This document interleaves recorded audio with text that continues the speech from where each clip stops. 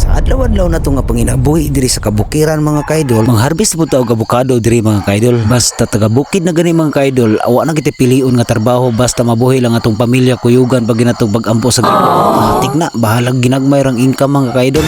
Aside pa gid ra mga kaidol kay kiniding among bukado nga among harbison ubay-ubay gid bunga mga kaidol. Unya kapila na po ni harbisan sa akong igsuon, unya gi ako po diyang gipaharbis ani kay kulang ang tawo. Dili jud lalim mga nabuhi diri sa bukid mga kaidol no, kay atong produkto parting bratuha unya ang mamalita parting mahalahay na lang paabot ng panahon na mga kaidol parting yung paita di gid makaya. Nindo jud ay mga kaidol no, basta imong tanom gani nga sakto nimo katiman giabunuhan. Unya aside pa gid ra mga kaidol kini mga tanom ni ang sa akong igsuon mga kaidol parting gana ubay po ni mga abukado dining dapita kay kini mga 400 ka punuan ni diri kung mo ni mo bunga paldo gid ba diri nga side mga kaidol karga na gid mi kay manguli na mi kay parti na jung gutuma amo nga nga katawa lang ko sa ila kay sila manunod karga nga ako ang nag-video sa ilaha. Kung nakabot ka ning video ha, pwede ba ko mangayo si mag-isa lang ka like o isa ka share dako na nang tabang sa kuha. Salamat.